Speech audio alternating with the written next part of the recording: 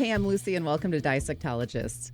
Today I'm talking with Adam Gray, a speed puzzler, content creator, host of Puzzled and Chatty, and he also recently attended the Jigsaw Puzzle World Series, a brand new event, which is really intriguing. So definitely going to talk about that. Adam, thanks so much for joining me. Thank you for having me. It's really exciting to be on this side of the microphone.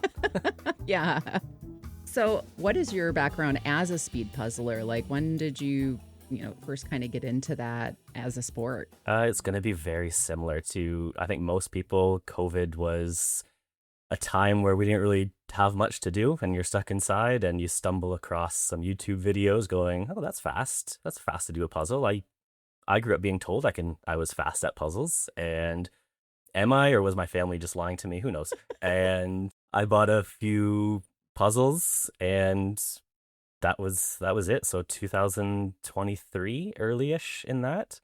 And yeah, then I discovered the Canadian Jigsaw speed puzzling groups, and we had our first nationals, and here I am 3 years later traveling to different countries, and yeah, it's been a weird 3 years. Where do you think you rank among fellow competitors at this point after doing this for a few years now? I would say I'm definitely on the faster side, but nowhere near what some of the top puzzlers are in the world. Like, we'll talk about the World Series. I was not even close to the winner, Victor, and all the other people there.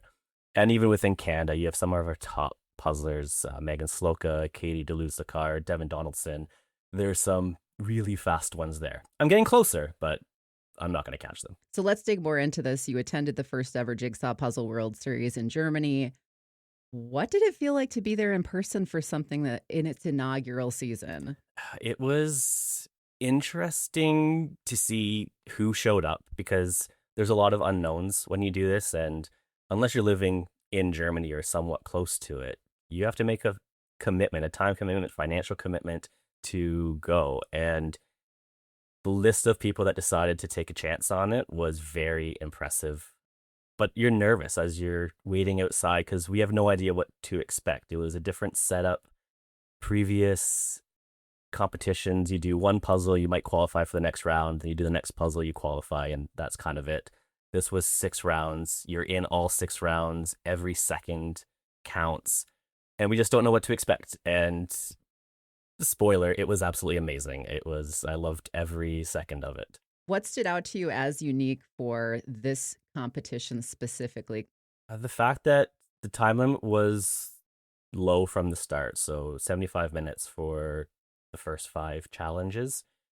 That puts a lot of pressure on people that aren't at the very top of it. Like, they're finishing the puzzles in 30 minutes. That's kind of expected for them. I'm more around a 45 to 50 minutes puzzler for first attempts. Wow. And but still, that's 50% slower than the top people, at least. So it's tough. What's different with this was that we were told what each of the challenges' themes were going to be. So we knew the first challenge was going to be a gradient-themed puzzle. What that meant could be anything. We just knew a gradient would show up. We knew one round was going to be a very detailed image. What that meant could be anything. And the organizers were really specific. I know they sat down and were like, how vague can we make this, but still give them information to worry about for the next 4 months, 6 months. One round was, which I've never seen at international in person before, was an unboxed challenge. So we were just given the bag, no image, didn't know the brand. Oh. Yeah, still 75 minutes though. So it's get through it. Are they all 500-piece puzzles? Kind of like, isn't that sort of standard with speed puzzling? They were. The first 5 challenges were 500 pieces. The 6th challenge, however, again, something different, a panoramic style image. So 636 pieces. Okay. And that was the 90-minute round, which I think it was around 75 people. Only 75 people out of the 330 something finished the puzzle in that time. They pick challenging puzzles because they want it to be a challenge. And we didn't have rounds. It wasn't 6 rounds. It was defined as 6 challenges. And they lived up to that. Do you ever notice any differences between competitive puzzlers across countries? Like, do different countries bring a different twist, or do you find speed puzzling to be like a universal language? I think there's a combination there. For the if I'm just talking with the top puzzlers, they have their competitive side for sure. That's why they're doing this. But they're also extremely humble. They're always happy if somebody else wins as well. Most of these big events have live streams that you can watch. And if you go and watch the ending to, say, the World Championships in 2025, or even the World Series that just ended, and go and watch their live streams, you'll see the top competitors who finished first, second, third just run across the room and give each other a hug at the end, because that's what matters more at the end of it. In the moment, yeah, it's important, but regardless of if you're first or if you're 100th or 1,000th, you're happy for who's ever there. And I think that's universal. There's some countries that just kind of show up and tend to have more fun with it. The Aussies will always be known as the most positive, thrilling. Like, they're just happy to be wherever they go. You know, the Aussies are there because they're really, really fun. The UK, very similar. The Germans, Canada to some degree. I think the Americans take it a bit more seriously, which is surprising. I don't know why, but Americans competitive? What? Like, are you kidding? I know it's new. As a Canadian, I've never experienced that. It's but no, there's some countries that are a bit more serious with it, but overall, it's universally people are just there to want to do well, but cheer everybody else on at the same time. I love hearing that.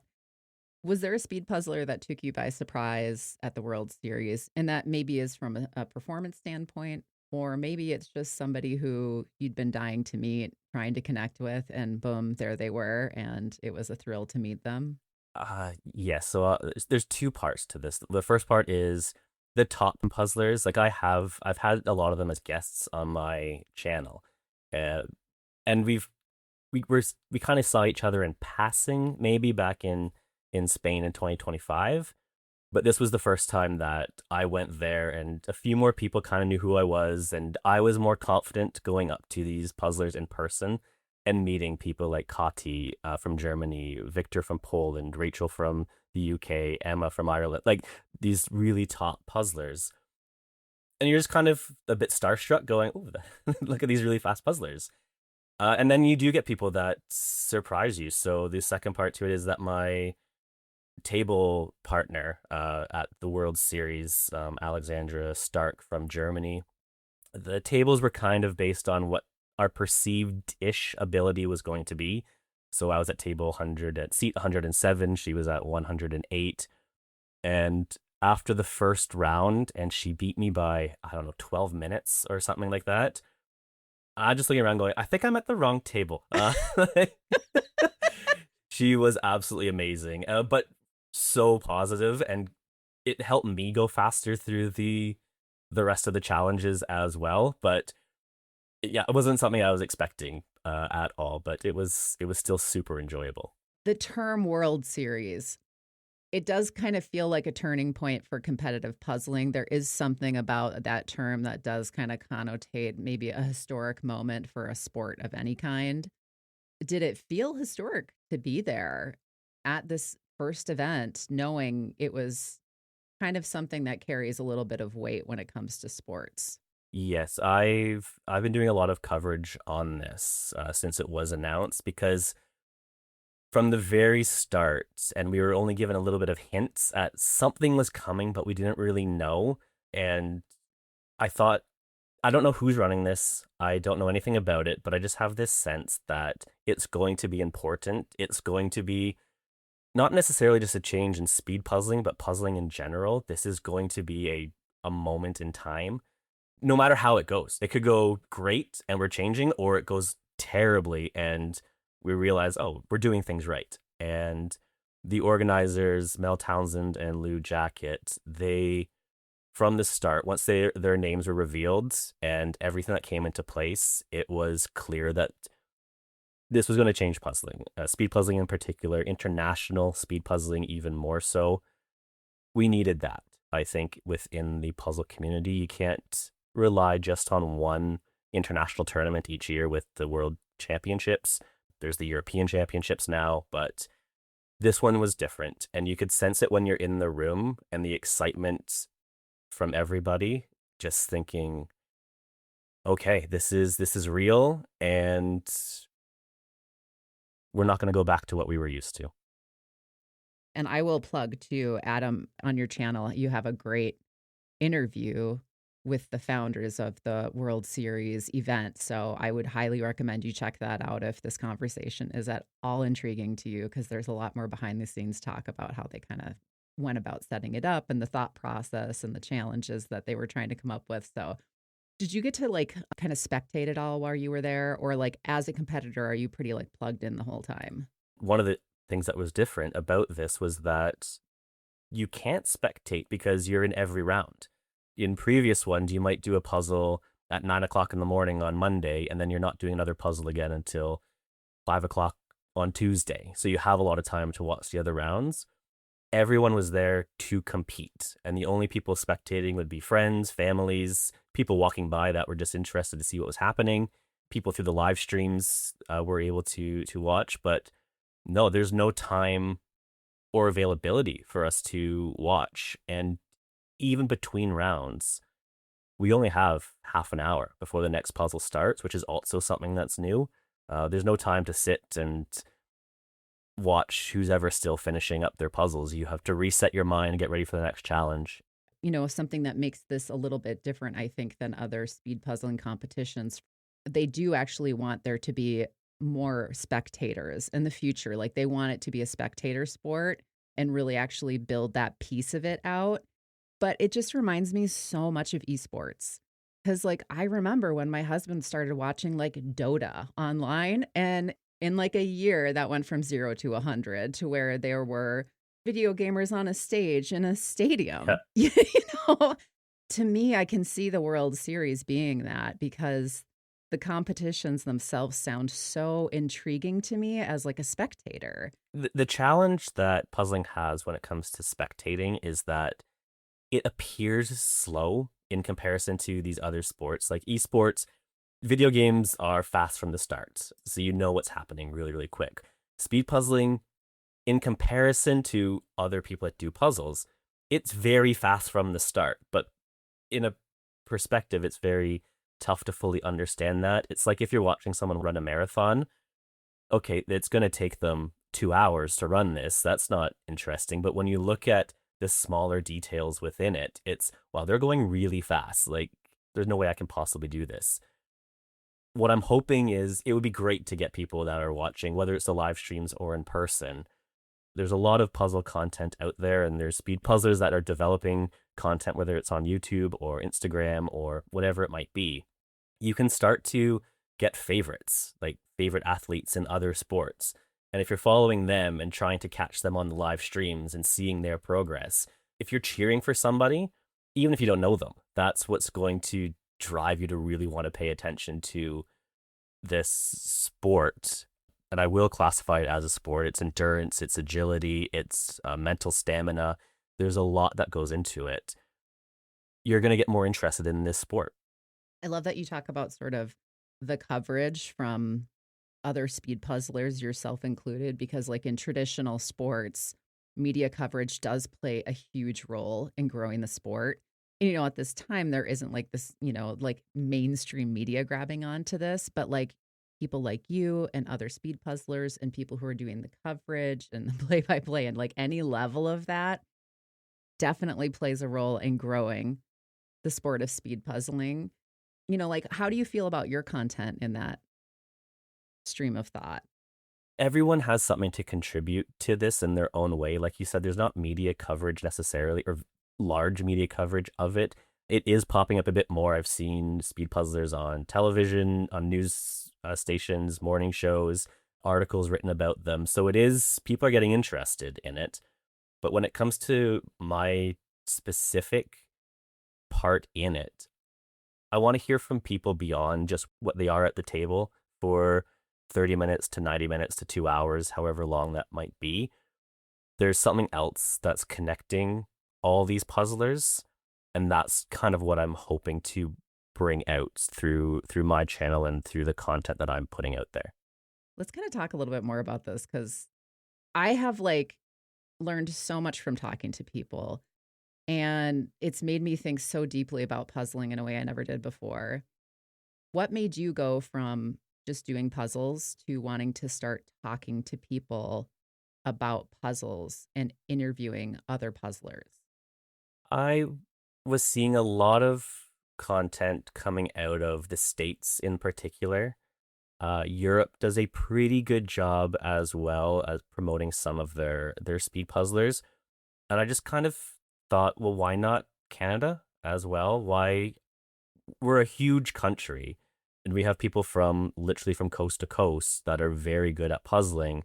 And it's a huge commitment, especially within Canada, to get across the country and see different and compete in different events. And we have to rely on other aspects to stay connected.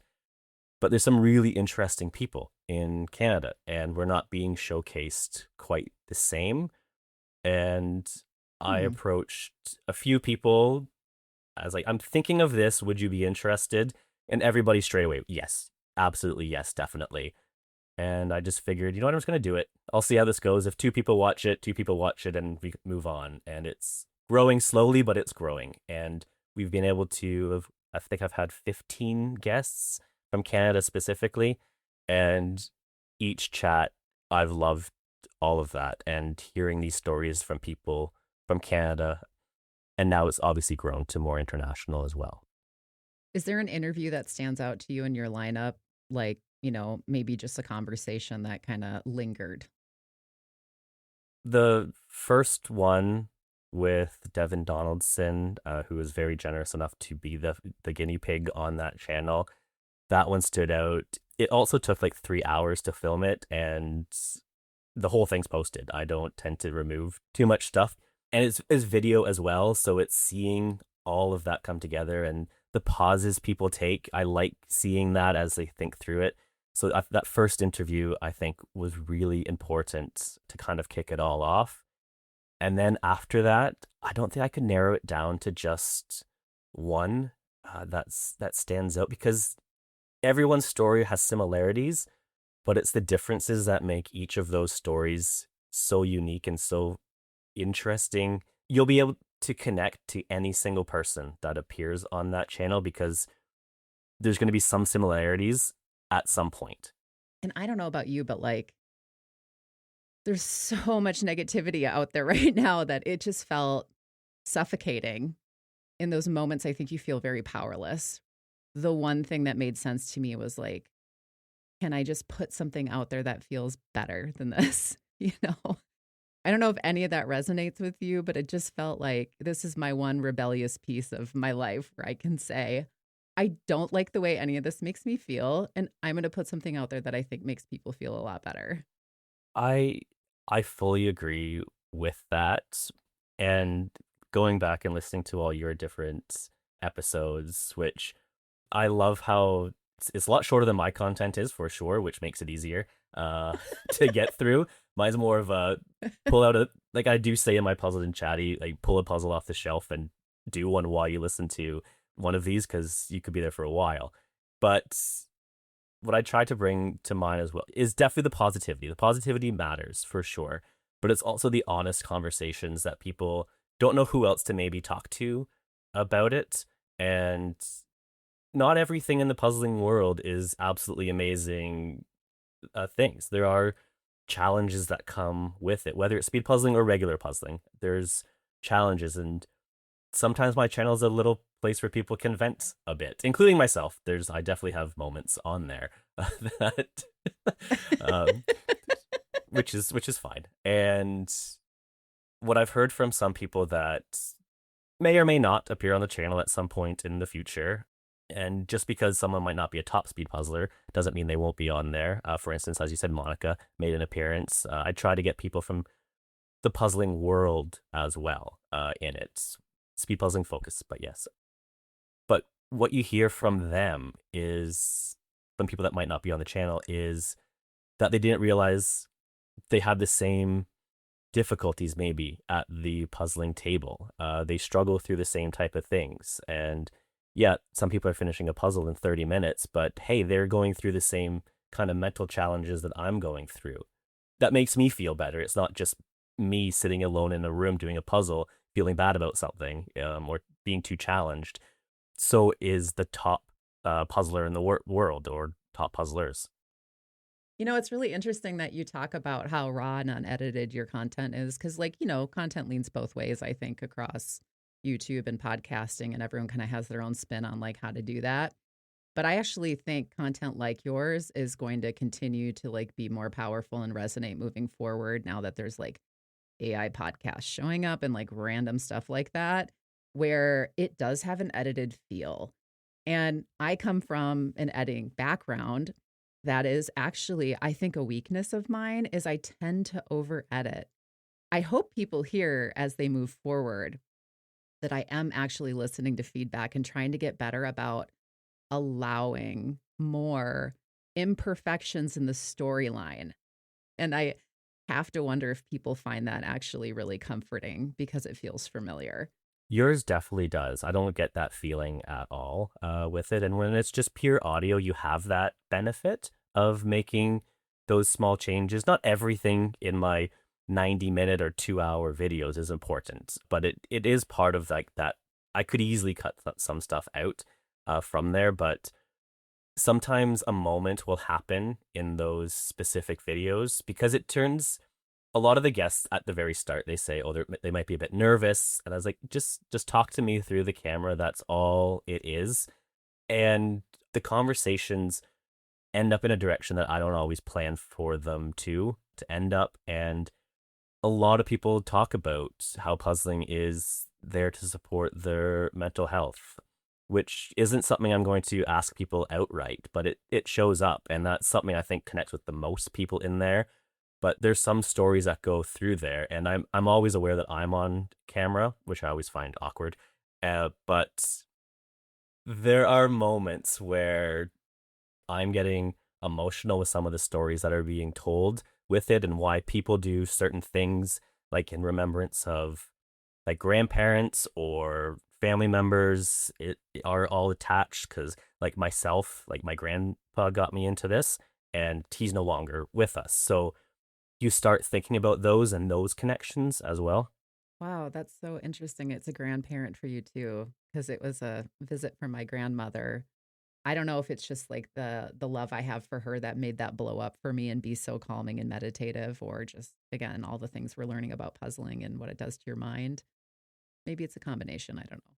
We're putting puzzles together, but there's a different connection than just the pieces going together. It's we're building something else. If someone looks back at your channel in like 10 years or something, what do you hope they might understand about puzzling from what you're capturing? With how technology is evolving, I don't know how relevant it will be in 10 years. I don't have the expectation that this will, in the grand scheme of things, matter too much at it. I'm very much focused on what's happening now and hoping that through the conversations having with people, it can impact what people are doing now. In 10 years, what I hope is that people have, or at least puzzling has changed. I don't want to be doing the same types of puzzles in 10 years. And that's why the Speed Puzzle World Series was such a big thing that I thought I had to really talk about a lot, because 10 years ago in the world of speed puzzling, it existed, but try to find anybody that wasn't involved with it that knew anything about it.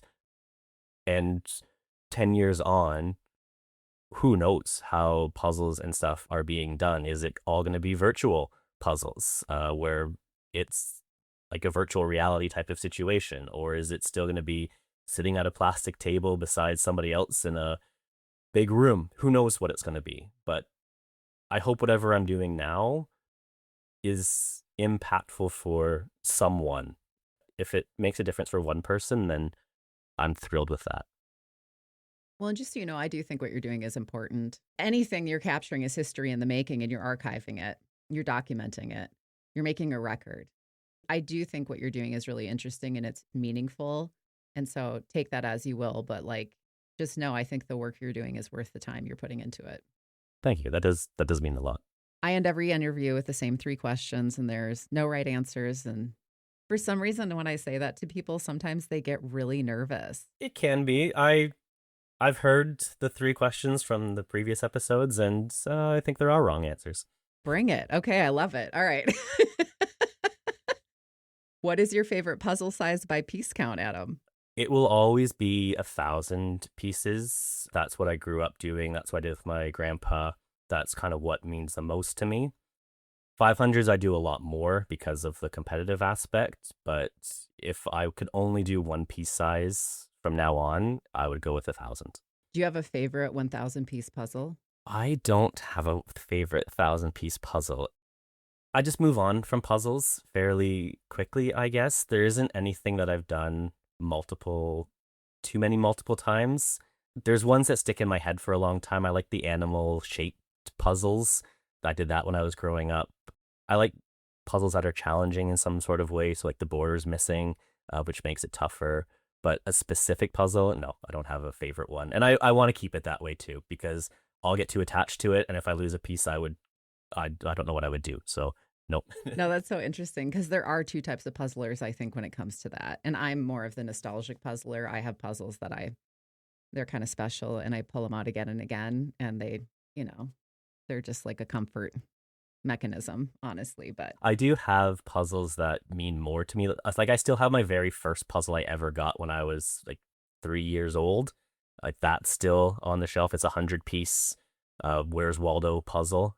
That's not going anywhere. And there's a few other ones growing up through my childhood that I've kept, but they're not my favorites in terms of would I do them again. Adam, you're finishing a puzzle and you realize one piece is missing. What do you do? So this is very scenario specific. If I'm in a competition, I will do a quick glance because that one piece will make a difference in my time. And I'll be a bit disappointed because it's a brand new puzzle, but it's fine. If someone has given me a puzzle or I've got it from a thrift store or traded for it and they haven't told me the piece is missing, I will not be thrilled with that either. But if I randomly get a puzzle and the piece is missing, it's not the end of the world. But if it's a brand new one, I'm a bit sad. You open a new puzzle and some pieces are stuck together. The gift in speed puzzling. Do you leave them assembled or do you pull them apart and mix them in? And maybe this is also scenario specific. It definitely is. So if I am doing a puzzle not for the first time, I will break everything up, even if someone's given it to me somewhat still assembled, or I've forgotten to do it when I've switched over. Yes, in a speed puzzle competition, that they are gifts. That is, you want to keep as much as you possibly can together. In fact, at the World Series in the mystery box round, when I opened the bag, there was like a section that had maybe 10 or 11 pieces still like all attached with each other. No. I've never poured out puzzle pieces so slowly because I was like, I can't let this one break away because that's a huge start to the puzzle. Oh my gosh. And there's a few other ones in there, so it took so much longer to sort through it because it just, I don't know, just a lot of pieces were kind of still joined together, 2s and 3s. So no, absolutely never take those apart. If it's a first attempt fresh bag, they stay together. Well, Adam, thank you so much for spending time with me today. I've really enjoyed documenting and podcasting, and just, from one person to another who's kind of in the same realm of coverage.